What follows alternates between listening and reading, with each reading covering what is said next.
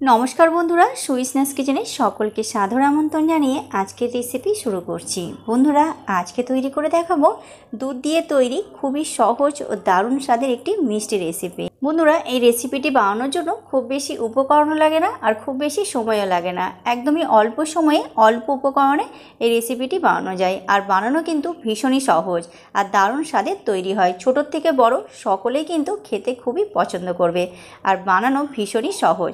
তো চলো শুরু করা যাক আমাদের আজকের এই দারুণ স্বাদের দুধ দিয়ে তৈরি মিষ্টি রেসিপি। আশা করছি আজকের রেসিপি সবার কাছে ভীষণ ভালো লাগবে। আর বন্ধুরা, ভিডিওটি ভালো লাগলে অবশ্যই কিন্তু প্রথম থেকে শেষ পর্যন্ত দেখার অনুরোধ রইল।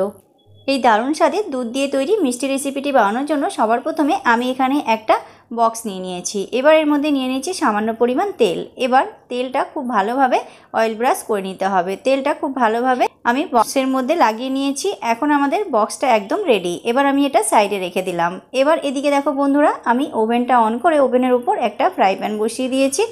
এবার এর মধ্যে নিয়ে নিচ্ছি 1.5 কাপ পরিমাণ দুধ। এবার দুধটা সামান্য একটু এরকমভাবে নাড়াচাড়া করে নিতে হবে। তো বন্ধুরা, দুধটা আমি সামান্য নাড়াচাড়া করে নিয়েছি। এখন এবার এর মধ্যে দিয়ে দিচ্ছি 4 টেবিল চামচ চিনি। বন্ধুরা, চিনির পরিমাণটা তোমরা তোমাদের স্বাদ অনুযায়ী অ্যাডজাস্ট করে নেবে। তো বন্ধুরা, আমি এখানে 4 টেবিল পরিমাণ চিনিটা দিয়ে দিয়েছি। এখন এবার নাড়াচাড়া করে চিনিটা খুব ভালোভাবে মিশিয়ে নিতে হবে। যতক্ষণ না চিনিটা পুরোপুরি মিশে যাচ্ছে দুধের সাথে, ততক্ষণ কিন্তু এটা নাড়াচাড়া করে এরকমভাবে মিশিয়ে নিতে হবে।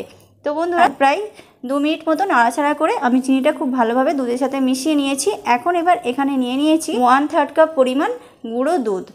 বন্ধুরা, এই গুঁড়ো দুধটা সম্পূর্ণ অপশনাল, তোমরা চাইলে এটা স্কিপ করতে পারো, তবে গুঁড়ো দুধটা দিলে কিন্তু মিষ্টিগুলোর স্বাদ আরও বেশি ভালো লাগবে।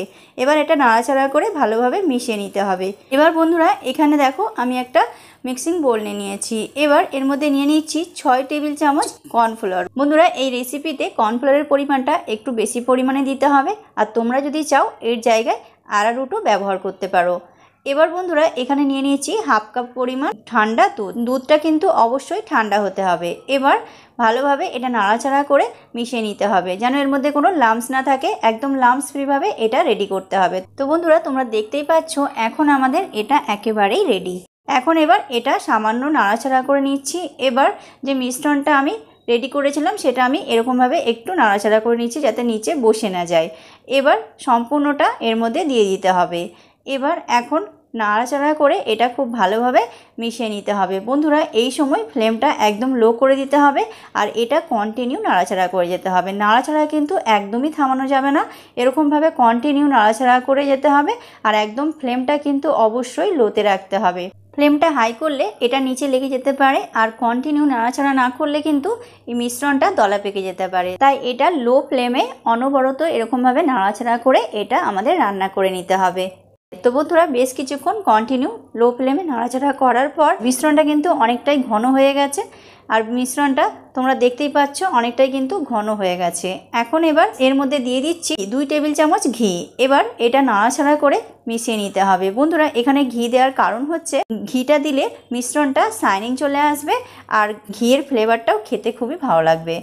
এবার বন্ধুরা, এরকমভাবে নাড়াচাড়া করে একটু ভালোভাবে এটা মিশিয়ে নিতে হবে। এখন তোমরা দেখতেই পাচ্ছ মিশ্রণটা কিন্তু প্যান ছাড়তে শুরু করেছে, তার মানে মিশ্রণটা আমাদের এখন একেবারেই রেডি। এবার আমি ফ্লেমটা অফ করে দেবো। এবার বন্ধুরা, যে আমি বক্সটা রেডি করে রেখেছিলাম তার মধ্যে এই মিশ্রণটা আমি ঢেলে নিচ্ছি। এবার আমি স্প্যাচুলা দিয়ে একটু সমান করে নিচ্ছি। আর বন্ধুরা, এই সময় মিশ্রণটা কিন্তু ঠান্ডা হতে দেওয়া যাবে না, মিশ্রণটা কিন্তু গরম অবস্থাতে বক্সের মধ্যে ঢেলে নিতে হবে। এবার আমি এটা ঢাকনা দিয়ে ঢেকে নিচ্ছি। এখন আমি এটা ঠান্ডা হওয়া পর্যন্ত অপেক্ষা করব। বন্ধুরা, এটা ফ্রিজে দেওয়ার দরকার নেই, 10 মিনিটের মধ্যেই ঠান্ডা হয়ে এটা খুব সুন্দরভাবে সেট হয়ে যায়।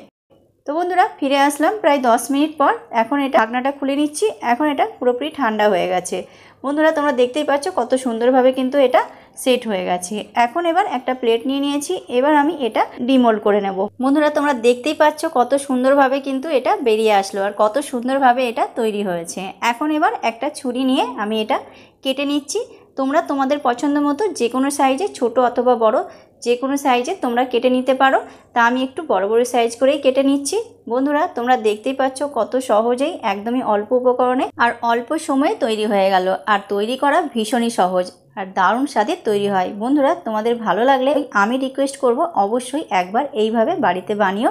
আশা করছি বাড়ির সকলেই ভীষণ পছন্দ করবে, ছোটোর থেকে বড় সকলেই কিন্তু খেতে খুবই পছন্দ করবে। দারুণ স্বাদের তৈরি হয়। বন্ধুরা, তোমরা দেখতেই পাচ্ছ কতটা নরম তুলতুলে তৈরি হয়েছে।